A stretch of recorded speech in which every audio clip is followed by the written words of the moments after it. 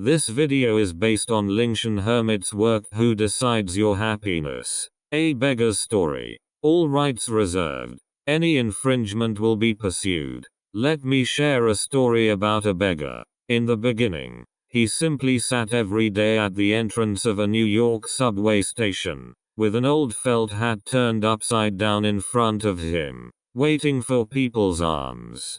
Passers-by would sometimes drop coins or small bills into his hat.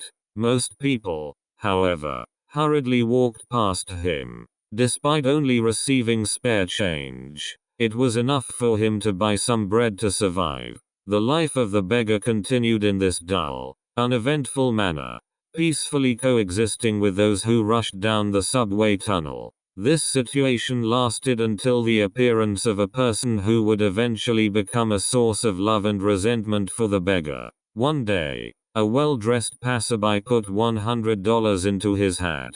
The beggar was extremely surprised because no one had ever done this before. The largest donation he had ever received was just a few dollars. Because of this $100, he remembered the man's face. The next day, the same man repeated his actions in the same place. On the third day, as soon as this man appeared in the bustling crowd, the beggar recognized him. This situation continued for more than 10 days. The beggar received a donation of $100 each day. He started to plan for the future and even considered buying a car for himself. On the 16th day, the beggar didn't see the mysterious man at the usual time. The beggar started to feel uneasy but still held on to hope.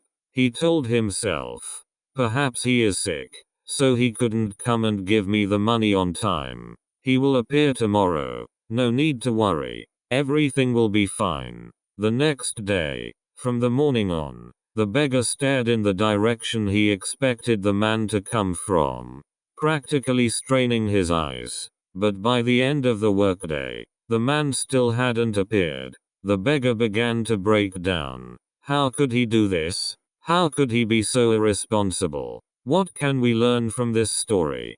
Who determines our happiness? Is it the amount of money, or whether our standards are met? Is the generous donor a benefactor or a nemesis to him? At first, when the beggar's income was uncertain, he didn't suffer much and had no expectations. He took what people gave him. At that time, he was happy because he had no expectations, no standards. He didn't think that it was normal to earn $100 a day. Therefore, he didn't experience any suffering. But things changed. Someone started making him accustomed to something, accustomed to having an income of $100 a day, and then, he began to suffer. If we have standards, reference points, we will suffer. Are our standards always correct? Or is it just because you're accustomed to them, and so are others, so you naturally assume they are correct?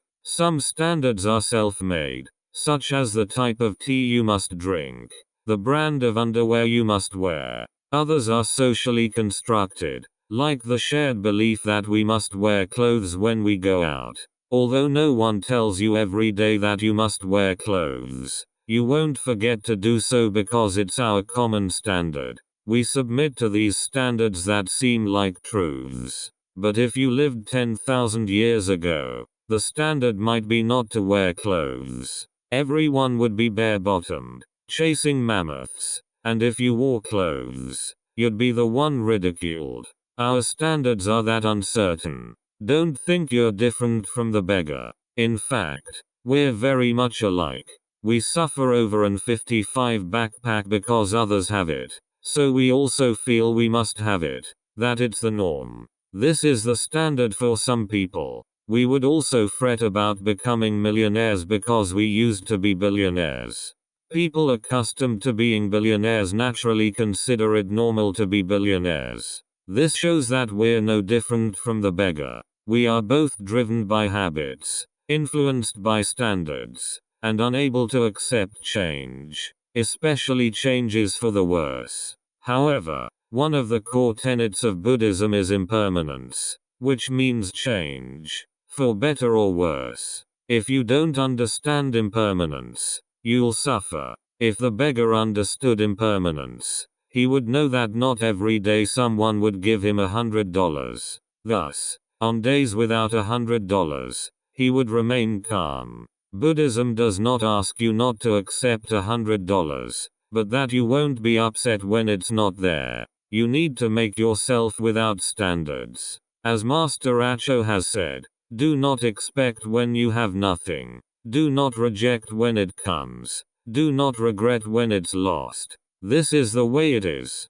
Typically, we expect a lot when we have nothing. We don't reject when it comes, and we regret a lot when it's lost. At first, we were all that beggar. Our needs were simple. Then someone made us accustomed to certain things. Then we started to become dependent on these things. I'm not talking about heroin, of course. I'm talking about something more dangerous than heroin. You know that quitting heroin is a difficult thing.